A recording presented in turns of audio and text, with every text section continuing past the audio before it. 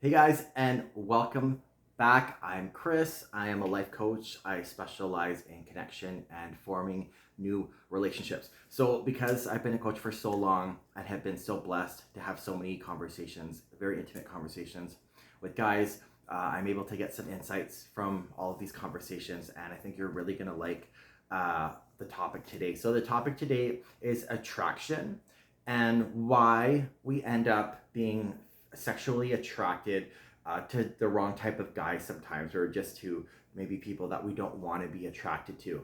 And it's easy to feel like, oh, this is out of my hands. This is what I'm attracted to. So I know I end up in these relationships, that aren't in my best interest. But I mean, I don't want to go into these other more stable ones because they're boring.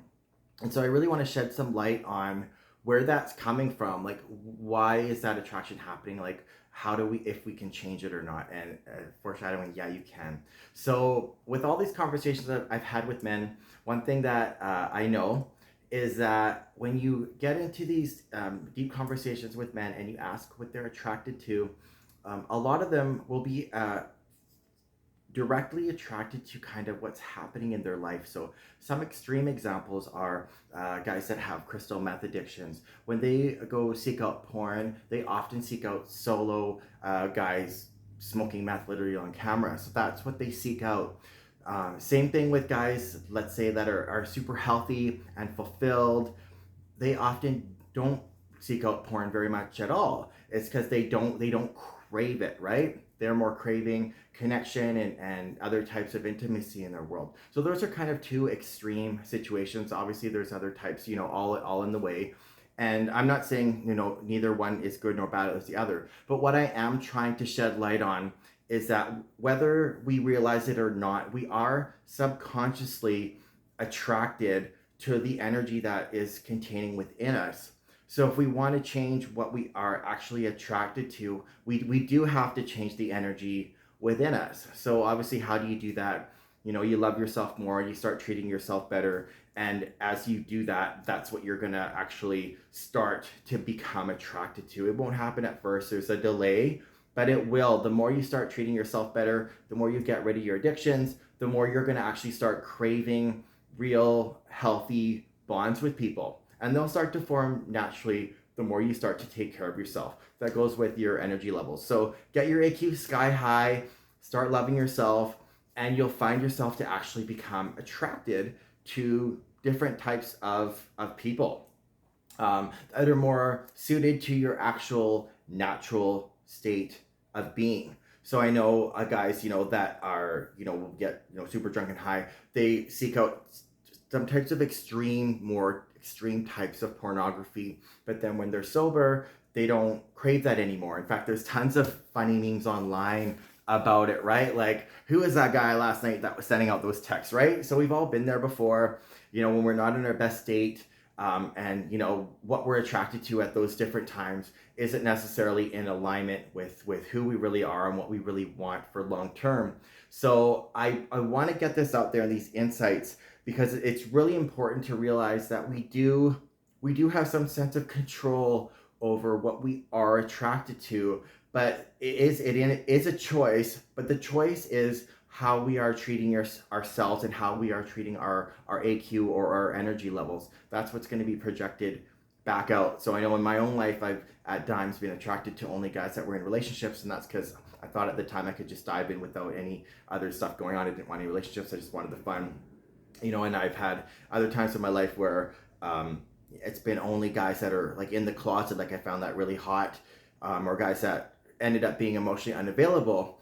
And after you start to see the pattern over and over again, you have to come back to the common denominator and go, okay, well, this keeps happening. So this isn't by accident. Maybe there's some kind of lesson from the universe here. And there is, and there's no problem with that. We can stay on the same, karmic cycle or wavelength of life for the rest of our life. We don't owe anybody anything, but the universe is going to keep pushing us to want to expand for more and better and more fulfilling. Whether you want that or not, the universe will try to push us there. And that's when our little voice deep down comes in and be like, hey, we should, have better habits. We should do this and this and this. we know that instinctively, right? But the benefit of it, and this is one thing that I really encourage people to really hammer home, is when you get rid of some of those addictions or bad habits, you will open yourself up to all of these new connections. And I know a lot of times people stay within their addictions because they think, what's the point, I'm going to be alone forever anyways. And that's not true. You're keeping yourself alone by keeping the addictions. They go hand in hand. They really do. So the more you get rid of whatever that addiction is, and turn them into healthy habits or whatever, after the delay, you'll start to see the universe starting to almost reward you with these new life experiences. But really what's happening is it's just mirroring what is going on in the inside.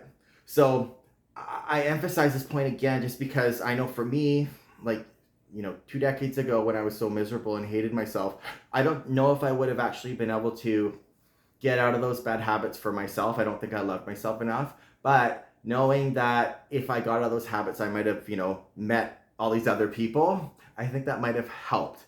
So in my coaching, a lot of times I do emphasize this point to be like, this is how you get out of those lonely times. This is actually how you start connecting with people. I know you're not supposed to like get rid of your addictions to meet people or do things because of other people. I do get that. But also for the people out there that, don't love themselves at times, and they're, chasing after people, that they know what I'm talking about. They know that even before their own life, they want to get a relationship. Even before their own career, they'll want a boyfriend. And it just doesn't happen like that. Another insight I know from coaching is the guys that are in, the really long-term relationships, pretty much all across the board, they were in their long-term careers before they met that person or were on that trajectory already. It's very rare that you see somebody that they don't know what they want to do with their life end up with their life partner, unless they're on the same trajectory path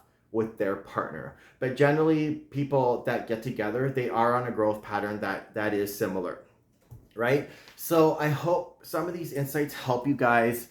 I know it's hard to take that all in at times, but we actually do choose, whether we realize it or not, or subconscious or not, we do choose what we're attracted to. And I'm not putting fault on you. We all do it. I did the same thing. I've been attracted to people that aren't healthy for me, but I want to empower you and just to kind of shed light on the fact that if you actually do want different, you can do that. You have the choice actually within yourself to make that happen. So I know you guys can do it, and I know some of you out there want that for yourself. So make it happen. If you need support, reach out to me so we can go through it all together. I love you guys. We'll see you soon.